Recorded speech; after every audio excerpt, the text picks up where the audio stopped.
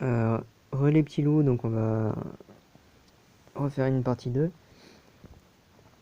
Et donc du coup sur la vidéo précédente, parce que du coup je voulais finir sur certaines choses. Et du coup au niveau du portable, la capacité maximale a été atteinte pour la vidéo. Donc voilà. Alors pour finir un peu sur tout ça, vraiment oui voilà, expérimenter, voyez ce que ça fait avec votre propre corps en fait, plutôt que d'écouter n'importe quel influenceur, parce que la plupart du temps ils vont souvent vous expliquer des expériences personnelles, ou plutôt que des faits qui peuvent être applicables à tout le monde.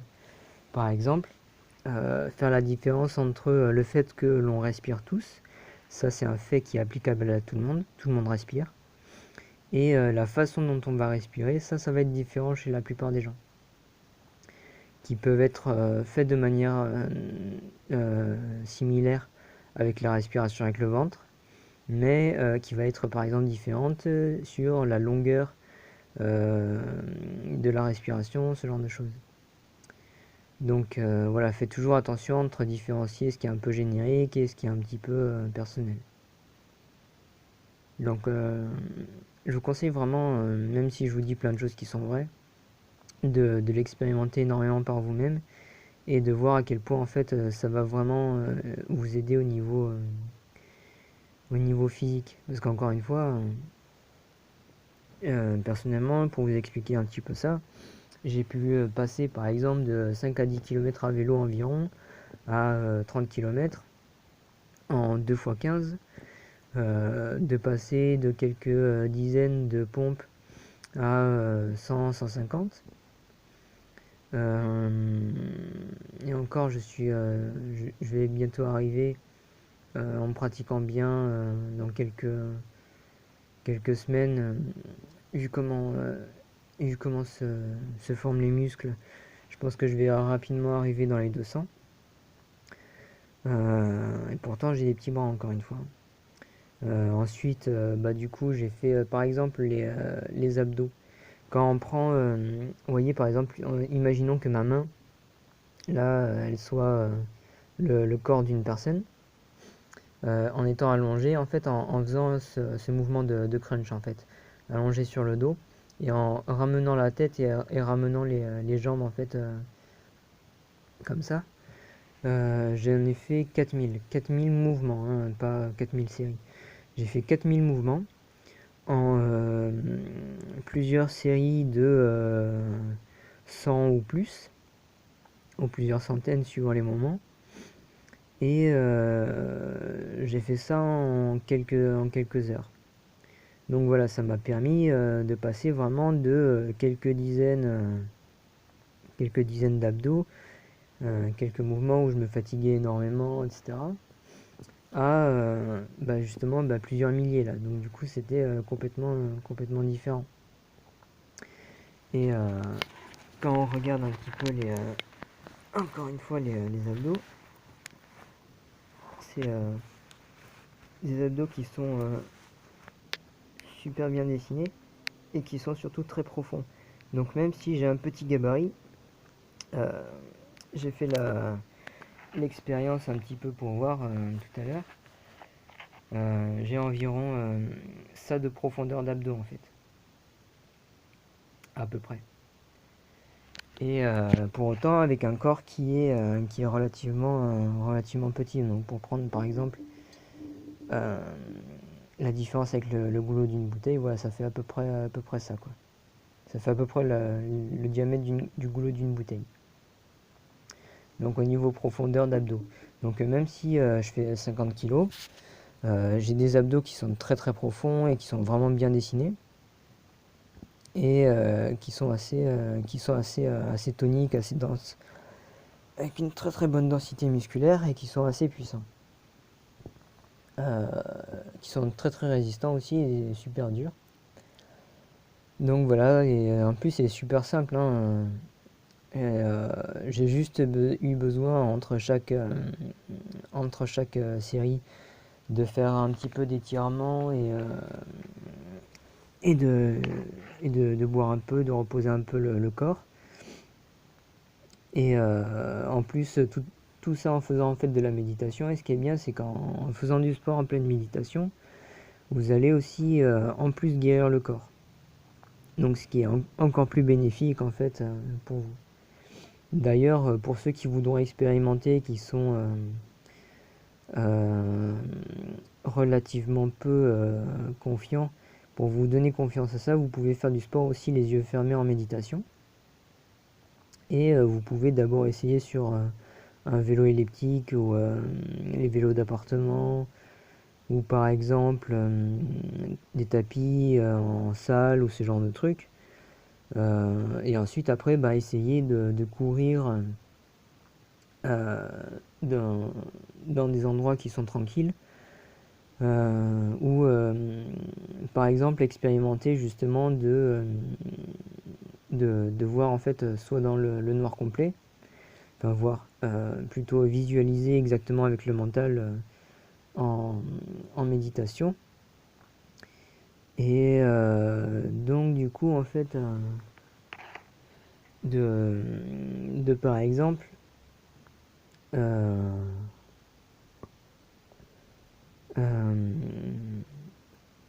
euh, faire du sport aussi les yeux bandés, pardon, qui vous aiderait en fait justement à pouvoir en fait mentaliser en fait avec la vision dans l'espace les objets ou les personnes autour de vous. Et ça peut vous permettre en fait de faire du sport, même en dehors, etc. Avec l'habitude, vous verrez que en vous renforçant l'esprit et en retrouvant un certain courage aussi à faire ça les yeux fermés, vous allez pouvoir transcender un petit peu vos capacités physiques et mentales et vous arriverez à faire énormément de choses aussi, hein, qu'avec la visualisation. Et ce qui est bien, c'est que vraiment l'état de méditation, c'est un état de repos et ça permet de contrebalancer, d'équilibrer justement le côté de la fatigue que ça va engendrer en fait avec le corps. Besoin d'hydratation là. Donc vous verrez que bah, simplement, euh, comme pour des personnes qui en arts martiaux bah, arrivent à faire des fights euh, avec les yeux bandés, et pour autant en étant très rapide, etc. Ça permet justement bah, de pouvoir un petit peu savoir exactement en fait où se positionne la personne en face, etc. En gardant les yeux bandés et et pouvoir faire du sport de façon intense, etc. Donc c'est super bon et c'est très stimulant pour le corps et pour l'esprit. C'est très important pour ça. Donc du coup vraiment hein, essayer de voir aussi. Ah oui, je voulais parler avec Didier Bédard, Stéphane Serror, Bruce Lee, etc. C'est des personnes qui arrivent vraiment à faire environ 900 pompes, plus ou moins suivant les personnes. Donc vous voyez que par exemple pour des personnes qui arrivent à faire 50-100 pompes en étant assez fatiguées énormément à la fin, ça n'a strictement rien à voir. Alors que par exemple quand on prend vraiment en compte bah du coup des personnes comme ces pratiquants d'arts martiaux ou moi, etc., on peut arriver en fait à vraiment dépasser les capacités physiques et mentales et à les transcender. Et personnellement, bah, du coup, comme je vous l'ai dit, j'arrive à faire 150 pompes, ce qui est quand même assez énorme pour mon gabarit. Et c'est des pompes rapides. Parce qu'encore une fois, plus vous allez rapidement, plus vous allez faire de mouvements, donc plus vous allez faire de pompes. Alors que si vous allez trop lentement, bah, vous allez en faire beaucoup moins évidemment. Parce qu'en plus, le truc, c'est que vous verrez hein, en faisant du sport lentement, quand vous faites de l'escalade par exemple, vous allez en fait aller super vite sur le mur d'escalade. Le truc c'est que vous allez tout simplement comment dire vous fatiguer beaucoup moins.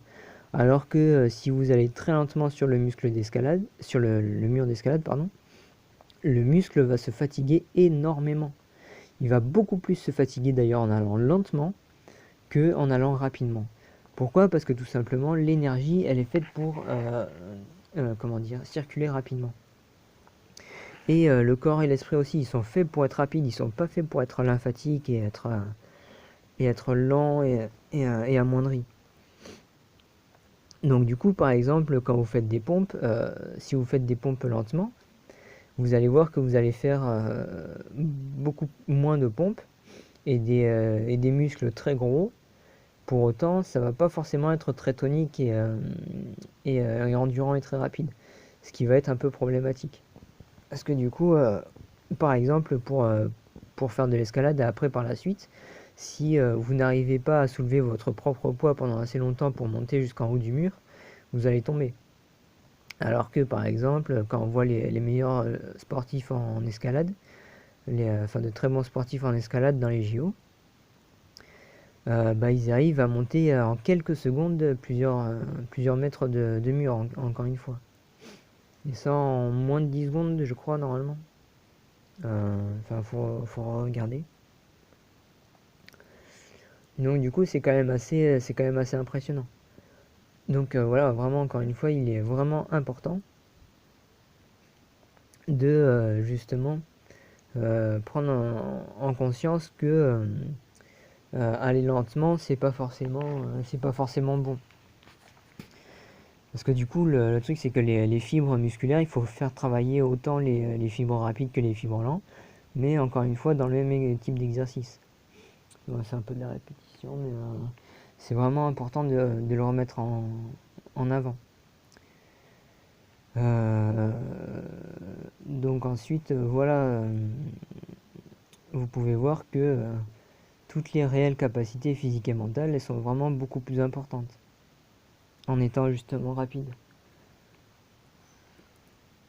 Et que pour autant, vous allez quand même pouvoir développer une bonne masse musculaire parce que, avec le temps, euh, soit en faisant du sport avec le poids du corps, et en arrivant par exemple pour les pompes à faire des pompes inversées, euh, comment dire, des pompes euh, avec les jambes en l'air, par exemple. Qu'est-ce qu'on pourrait trouver d'autre comme type d'exercice intense? Des tractions ou alors des abdos avec la position du cochon pendu. C'est des exercices qui sont bah, justement très, comment dire, euh, très, très intenses et qui pourtant, si on les fait bien, on peut arriver à énormément de mouvements sans problème, quoi. Parce qu'encore une fois, quand on voit certains youtubeurs, enfin, on se dit qu'ils pourraient faire beaucoup mieux. Et c'est un petit peu dommage de les voir rester dans certaines capacités physiques et mentales plutôt que des choses beaucoup plus performantes. Alors qu'à l'inverse, quand on voit de très grands athlètes, justement, le truc c'est que ils arrivent en fait à des capacités vachement plus importantes. Euh,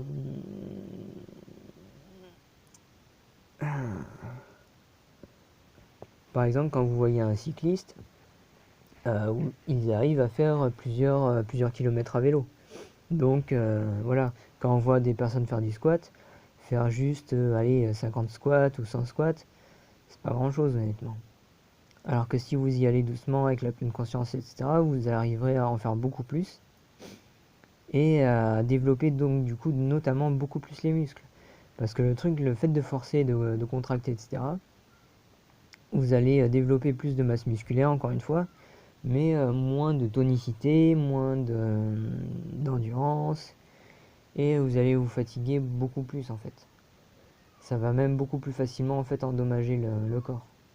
Alors qu'en le faisant rapidement, en étant détendu, en lâchant prise sur le corps et les sensations, vous arriverez forcément à en faire beaucoup plus. Donc voilà, c'est un petit peu tout pour ça.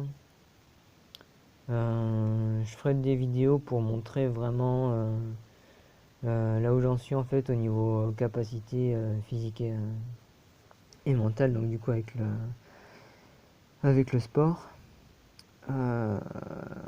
Pour le moment, là, je suis un petit peu en besoin d'énergie et soin du corps. Donc j'y vais un peu doucement. Mais voilà, les capacités restent là de toute manière. Et en plus, ça dure longtemps, donc ça va. Par exemple, là, les abdos, ça fait longtemps que j'en ai peu fait aussi longtemps que les 4000.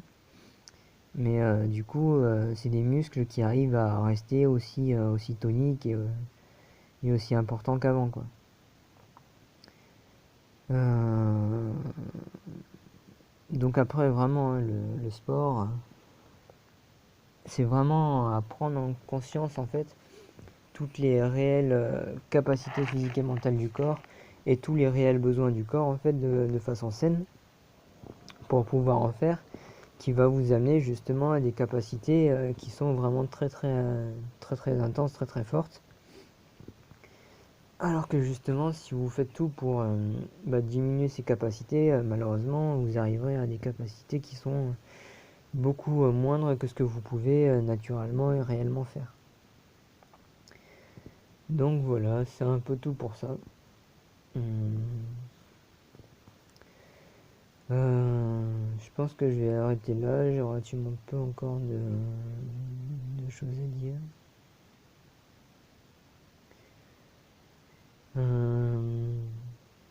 Ah si oui, même par exemple, bon ça touche un peu autre chose, mais par exemple pour les besoins naturels, pour tout ce qui est, pour on va dire entre, bon là on est sur YouTube, mais bon entre hommes et femmes et entre hommes et femmes et femmes, enfin si vous voyez de ce que je veux parler, ça peut aussi évidemment améliorer les capacités physiques à ce niveau-là. Donc être endurant aussi dans le sport, ça peut augmenter vos capacités physiques sur tout ce qui touche à ce qui est intime. Donc voilà. Et en plus, ça développe énormément ah oui, de sensations de bien-être, que ce soit par l'alimentation, par les bonnes émotions, la respiration avec le ventre, etc. Ce qui est important, c'est aussi que vous soyez dans une bonne hygiène de vie mentale, que vous soyez dans de bonnes émotions, etc. Parce que ça va énormément jouer. Et si vous vous sentez bien, vous allez beaucoup moins facilement en fait, vous laisser emporter par la fatigue. Vous allez même la soigner. Et donc du coup, vous allez vous sentir bien en faisant du sport, au lieu d'en voir certains qui le font justement en étant crispés, en pleurant, en ayant mal, etc. J'étais un peu parti sur ça tout à l'heure, j'avais dit un peu d'autres choses. Donc voilà, encore une fois, après pour l'alimentation par exemple, essayez de manger vraiment en fonction de ce que vous ressentez au niveau des besoins du corps. La respiration, la concentration, le lâcher prise, justement encore générer encore une fois de l'énergie à travers le corps, et faites des exercices en fonction de ce que vous ressentez, donc du coup au niveau rapidité, au niveau de la force, au niveau des poids et compagnie, et au niveau des types d'exercices aussi, en fonction d'utiliser tout le corps aussi. Voilà, quand vous faites des exercices, essayez de vous concentrer à les faire avec tout le corps. Parce que le problème d'utiliser qu'une partie du corps, c'est que ça va ne faire expérimenter que cette partie-là. Et quand vous faites des exercices, essayez aussi de faire des exercices qui font stimuler toutes les parties du corps. Par exemple, des squats avec du soulevé de poids. Bon, le vélo, c'est un peu particulier, mais vous pouvez en faire si vous faites du vélo sans les mains. Mais là, faites attention quand même. À la limite, faites du vélo et après, vous faites le haut du corps un peu plus après. Si vous faites une partie du corps, essayez toujours de contrebalancer en fait avec les autres parties.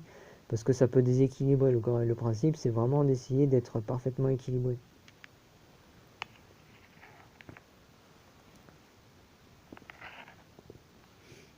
Donc, quand on voit certaines musculatures qui sont plus ou moins déséquilibrées à certains endroits aussi, vous allez voir qu'en faisant du sport de façon naturelle ou en fonction du ressenti du corps, ça va se rééquilibrer en fait.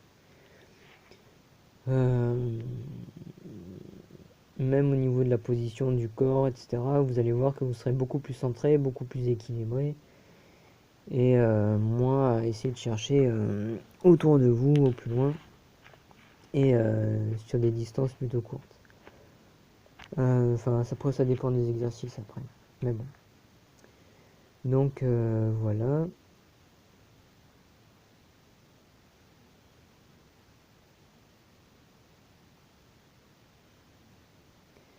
C'est un petit peu pour tout pour ça, et on va voir justement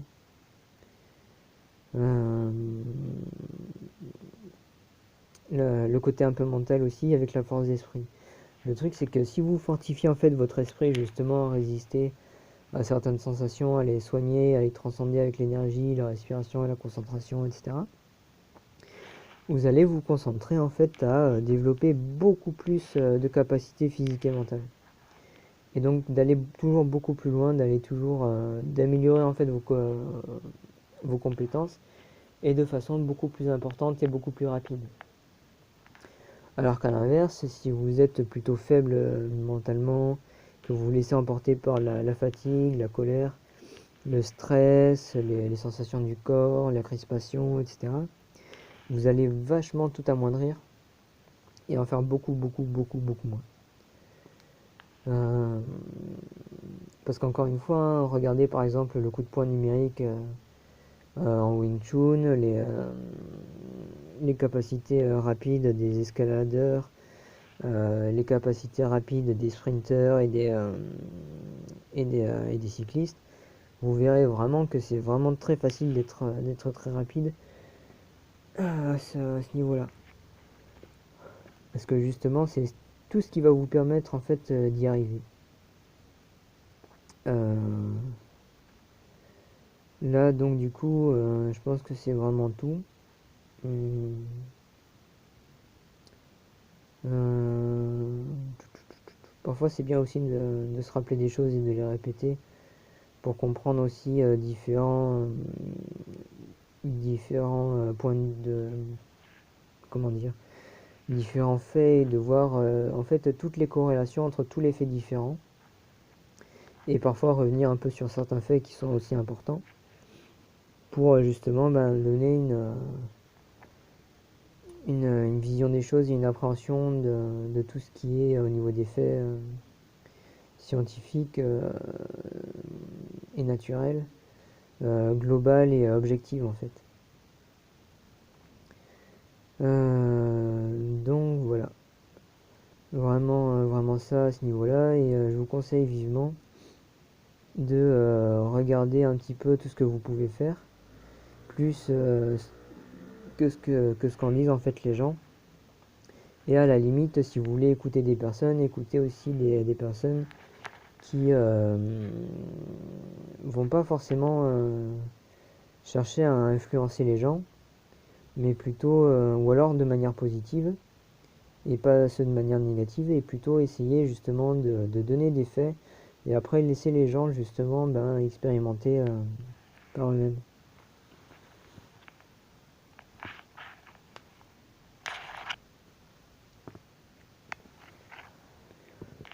Donc voilà. Par exemple, là, ça a été un exemple type de repas. Au niveau de l'alimentation crue. Donc le pain type pain SN mais avec de la farine rajoutée. Et donc du coup un peu mou, élastique, un peu comme le pain classique. Mais donc du coup en cru. Donc attention à ceux qui disent là, que la farine crue est mauvaise. Ça n'est vrai que dans certains cas, si les graines ne sont pas trempées et fermentées à la base. Et de préférence aussi germées. Parce qu'une graine, pour être consommée de façon saine, il faut savoir que naturellement, en fait, elle est dotée d'acide phytique. Pour ôter cet acide phytique, la cuisson, on a vu, c'est nocif, même si ça le fait.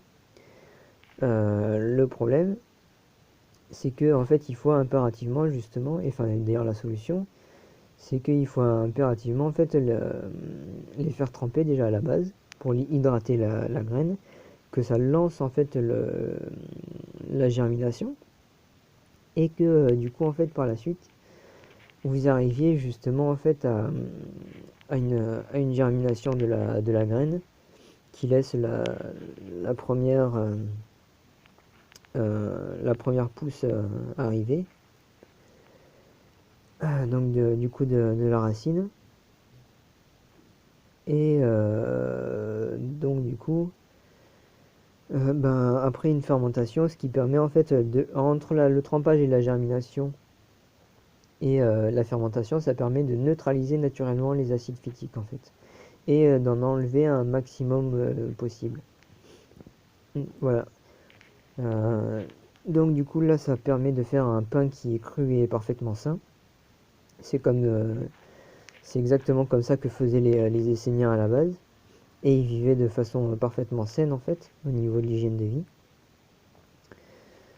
Ensuite, bah là du coup, comme je disais tout à l'heure, un petit fromage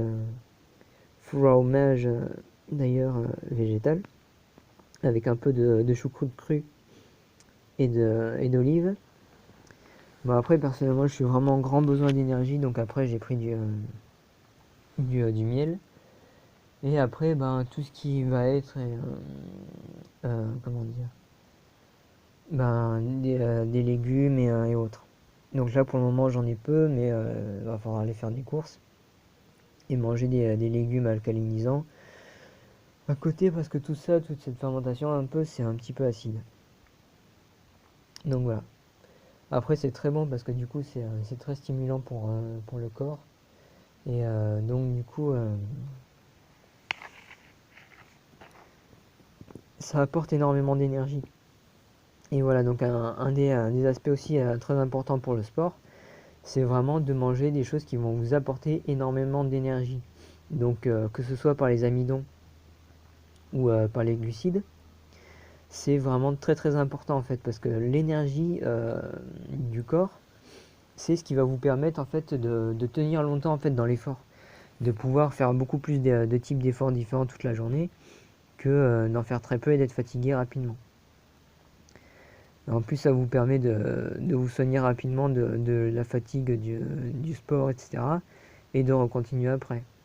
Parce que du coup, si vous faites allez, quelques types d'exercices à une dizaine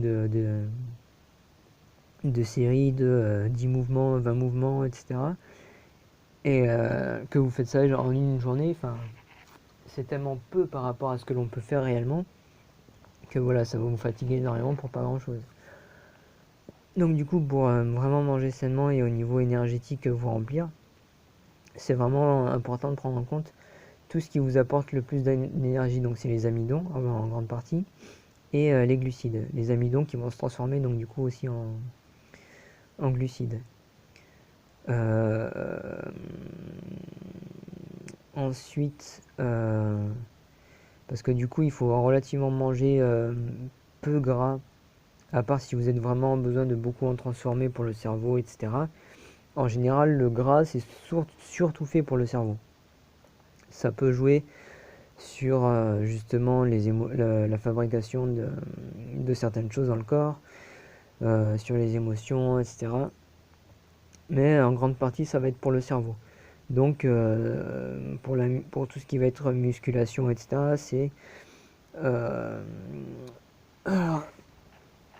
moyennement important. Après, les protéines aussi, c'est important, mais il faut en manger en fonction de, des capacités du corps et de la musculature que vous allez pouvoir faire. Parce qu'après, le truc, c'est que quand on voit des mecs très musclés, mais avec des grosses bedaines, des ventres énormes, ou alors avec des muscles énormes, mais qui sont très tombants, quand ils cherchent pas forcément à contracter et à faire apparaître leurs muscles, enfin, ça sert pas à grand chose. Parce que normalement, on n'est pas censé développer énormément de graisse en fait autour du muscle et entre le muscle et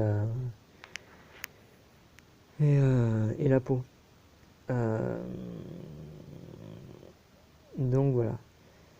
Après, c'est important d'en manger un minimum aussi de protéines et, euh, et de gras dans le sport. Mais faites attention parce que ça peut être très rapidement acidifiant. Même pareil pour les glucides et les amidons, il faut toujours ressentir au niveau de votre corps ce que vous pouvez assimiler. Euh, donc évitez de trop manger et surtout de manger juste avant le sport ou même parfois j'en ai vu pendant le sport, ce qui est un petit peu aberrant. Ou alors par exemple directement après alors que vous êtes encore en digestion, etc. Tout ça c'est tout plein de choses qui vont continuellement en fait fatiguer le corps alors que naturellement il est bon en fait de pouvoir, attendez,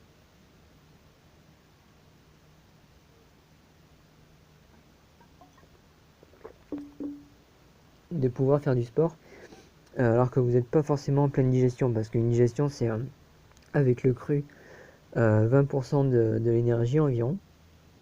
Donc déjà c'est de l'énergie que vous pouvez distribuer à travers les capacités physiques. Donc ça aussi c'est quelque chose d'important à prendre en compte. Et donc du coup manger vraiment tout ce qui est bon en fonction de votre état de santé. Comme ça, à chaque fois, vous allez pouvoir faire du sport pendant assez longtemps, même parfois en plein jeûne. Et, petit à petit, arriver à dépasser toutes ces capacités physiques et mentales parce que toute cette énergie, tous ces nutriments, ils servent à être transformés dans le corps. Donc du coup, voilà quoi, il faut pas juste manger pour grossir, par exemple.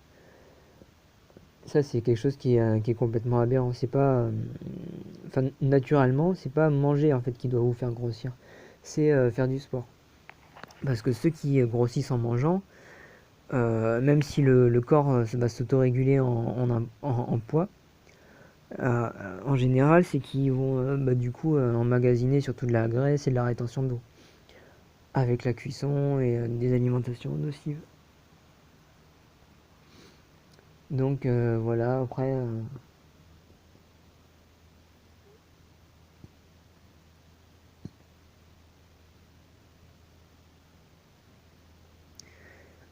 c'est un petit peu tout pour ça. J'étais en train de penser à un truc. Après, l'hydratation. Alors, l'hydratation, faites très attention à l'hydratation aussi. Évitez, comme on en voit beaucoup en fait un peu partout, de boire très rapidement d'un coup. Tous les animaux, vous verrez, boivent en lapant l'eau. Laper l'eau, ce qui est bien, c'est que ça permet en fait de assimiler l'eau petit à petit. C'est pour ça qu'il faut y aller doucement sur certaines choses et rapidement sur d'autres, et pas forcément inverser les rôles sur certaines choses. Donc l'eau, il faut absolument la boire doucement, très petit à petit, parce que sinon vous allez surcharger le corps, et elle va passer trop rapidement en fait dans le corps, et vous n'allez pas forcément en assimiler assez, et en transformer assez dans le corps, et elle va ressortir trop vite en fait.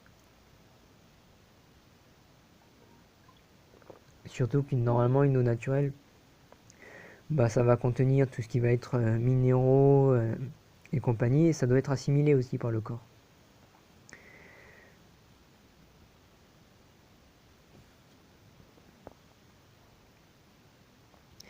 Donc voilà, il faut faire vraiment très attention, éviter de boire de trop grosses gorgées trop rapidement, parce que ça aussi, ça peut être douloureux pour le corps. C'est déjà vu, enfin, on a déjà vu des gros problèmes. Ça met par exemple en avant les personnes qui vont faire des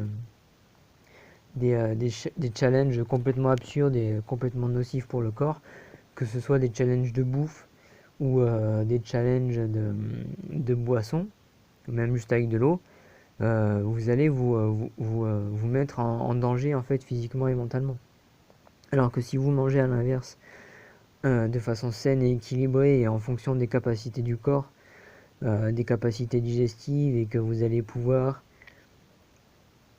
boire en fonction aussi de vos capacités hydriques, vous allez rester dans une bonne hygiène de vie. Donc voilà, quand on voit tout ce qui est challenge, etc., de bouffe, le problème c'est que je trouve que c'est quand même assez criminel parce que ça met en danger la vie des gens. Déjà, c'est des personnes qui se mettent en danger, qui même parfois s'appellent un petit peu professionnels, etc. Euh, Ça n'a rien de professionnel. C'est de l'ignorance pure et dure, et même parfois de la bêtise, hein, on peut le dire. Parce que les gens voient ça faire et dans un point de vue égocentrique, trouvent ça impressionnant, etc. Et autres. Et quand on voit les capacités normales digestives, normalement, pour éviter d'être lourd à la fin du repas, on devrait s'arrêter à environ 80%, pardon, 80% des capacités digestives. Donc, vous voyez que, par exemple, manger 3 repas par jour en bouffant énormément, en faisant du sport en plus en même temps, ou faire des challenges de bouffe, à bouffer je sais pas combien de hamburgers, etc., ça peut être très dangereux. Donc, vraiment, faites très attention à ça. Et à l'inverse, du coup, si vous mangez, par exemple, vous voyez là un saladier de pain est saine, du coup, ça va pouvoir me permettre de durer plusieurs jours. C'est pas non plus quelque chose que je vais manger en une fois. Euh, donc du coup, voilà, c'était tout ça pour dire que faut faire attention vraiment à la quantité de ce que vous mangez et vous buvez. Parce que du coup, ça va stresser aussi en partie les organes, et pour le sport, c'est très mauvais en fait. Et c'est pour ça que, comme je l'ai dit précédemment, les gens régurgitent en fait. Ils arrivent à vomir en fait en faisant du sport. Alors qu'en fait, naturellement, on ne devrait pas vomir. Parce que vomir, ça veut dire qu'il y a un problème.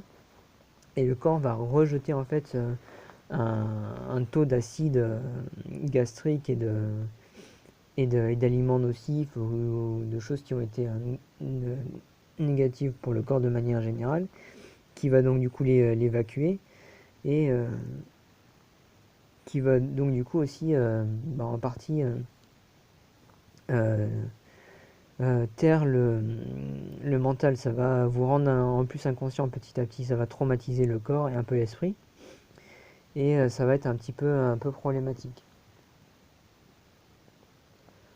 Donc par exemple, on regarde en alimentation aussi tout ce qui va être comment dire, les principaux euh, les éléments naturels. Par exemple, les plantes, ça va caractériser donc du coup la terre. Bon, évidemment l'eau. Alors le feu, ce qui caractérise le feu en fait dans les aliments, ce n'est pas la cuisson, à l'inverse de ce que l'on pourrait croire. C'est la transformation à l'intérieur du corps, au niveau de la digestion des aliments en fait, qui transforme en fait les aliments en chaleur. C'est ce qu'on appelle le triple réchauffeur. Et donc du coup en fait ça permet de générer de la chaleur dans le corps.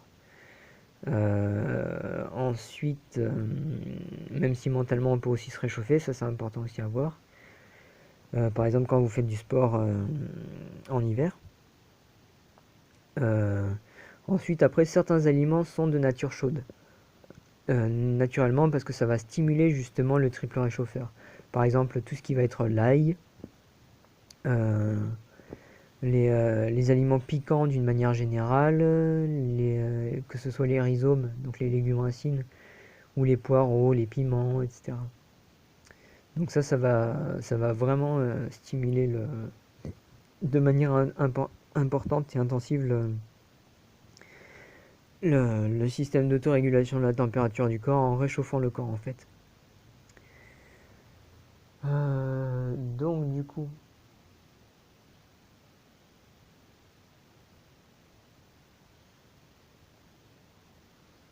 en plus ce qui est bien c'est que ça va vous permettre aussi de résister beaucoup plus facilement. Contrairement par exemple à une hygiène de vie négative qui va vous créer de l'anémie, donc une sensibilité accrue aux températures chaudes et froides et qui va vous faire du mal. Là, vous allez être beaucoup plus résistant en fait justement aux écarts de température entre chaud et froid, et ça va vous permettre en fait de maîtriser en fait en maîtrisant votre température interne, de maîtriser les informations et les énergies. Encore une fois, en lâchant prise, vous allez pouvoir en fait beaucoup plus facilement résister aux températures chaudes et froides. Alors qu'à l'inverse, une personne inconsciente va se rendre inconsciente par rapport à ce qui est chaud et froid et ne va pas devenir plus résistant au chaud et au froid, mais à l'inverse va en devenir inconsciente, donc il ne va pas avoir conscience en fait qu'il est devenu insensible. La plupart des gens comme ça en fait ils vont s'insensibiliser au niveau du froid et du chaud au lieu de se rendre plus résistant au niveau des températures. Donc ça aussi ça peut être problématique. Parce que quand on voit des gens comme Wim Hof, qui pratiquent justement la respiration avec le ventre, mais par contre lui il le fait avec certains types d'exercices de respiration qui sont euh, relativement peu naturels avec des périodes justement de minuterie dans la respiration ou d'apnée, etc. C'est pas forcément naturel. L'apnée, déjà, ça se fait d'abord simplement sous l'eau. Minuter sa respiration, c'est pas forcément naturel non plus. En général, la respiration naturelle se fait vraiment tout le long de l'inspiration et le long de l'expiration le plus longtemps et le plus lentement possible. Comme ça, avec une respiration lente, ce qui est bien, c'est que ça permet en fait de parfaitement maîtriser en fait les sensations du corps. Et de manière générale, le corps et l'esprit en fait. Euh, En plus, ça permet donc du coup de plus longtemps aussi oxygéner le corps et l'esprit. Donc du coup, à chaque inspiration et à chaque concentration.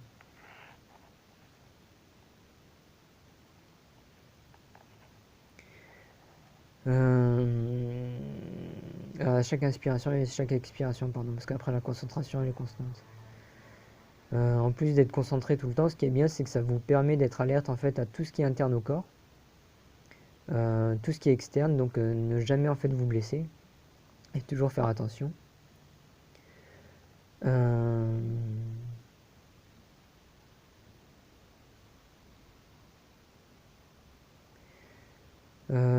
et aussi faire attention là où vous allez faire du sport, à la position, etc. Enfin, de toute manière générale, un petit peu tout ce qui est interne et externe, au corps et à soi. Donc voilà, c'est un petit peu tout pour ça. C'est vraiment pour caractériser en fait la différence entre ce qu'arrivent à faire certaines personnes inconscientes, comme on en voit beaucoup sur YouTube, des influenceurs, etc. Même plus ou moins plus ou moins célèbres, hein, sans citer de nom parce que du coup, j'ai pas spécialement discuté avec eux pour pouvoir me permettre de parler d'eux. Mais en voyant beaucoup, on voit vraiment la différence des capacités physiques et mentales. Alors que par exemple, des personnes qui sont très célèbres ou pas, qui font du sport de façon saine, on voit aussi les capacités qui sont très largement au-dessus en fait. Hmm. Donc voilà, c'est un petit peu tout pour ça. Euh, donc par exemple, pour tous ceux qui aiment un petit peu le riz viande et les œufs quand ils font du sport, avec d'autres choses, je vous conseille plutôt d'abord de prendre du riz qui peut germer, de préférence. S'il ne peut pas germer, de prendre du riz tout simplement, de préférence complet, de le faire tremper, germer, et possiblement fermenter ou pas. Déjà tremper et germer, ça va laver l'acide phytique. Le faire fermenter, ça va permettre de, euh, de comment dire, comme je disais tout à l'heure, euh, de, euh, comment dire, d'équilibrer et l'acide phytique en le neutralisant en fait, d'équilibrer la digestion. Ensuite, après,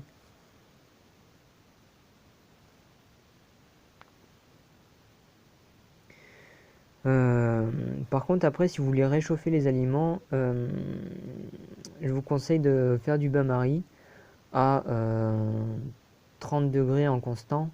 Par contre, il faut savoir que pour les graines, certaines sont très très dures et sont souvent chauffées au soleil, enfin, elles sont souvent séchées au soleil. Donc du coup, elles deviennent très très dures parce qu'elles sont exemptes d'eau du coup. Le préférable, c'est de les faire pousser soi-même. C'est relativement peu toujours possible, mais bon. Ou alors directement aller au producteur. Euh, donc après, c'est quand même préférable donc du coup de les faire tremper dans du bain-marie à 30 degrés pendant assez longtemps, parce que du coup ça va les ramollir, mais certaines sont très dures, donc ça peut prendre du temps.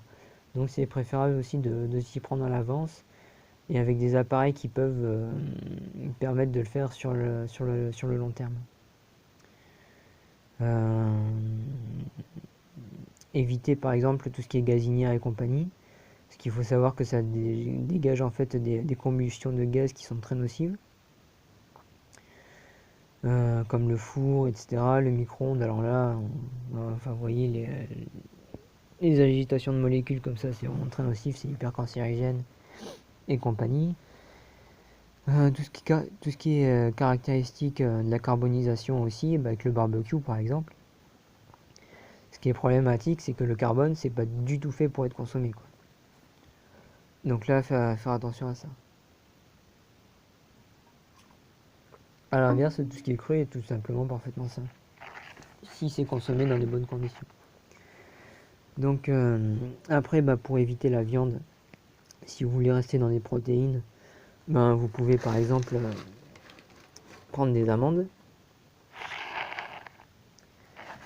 des fruits oléagineux, des fruits à coque, les graines oléagineuses en général.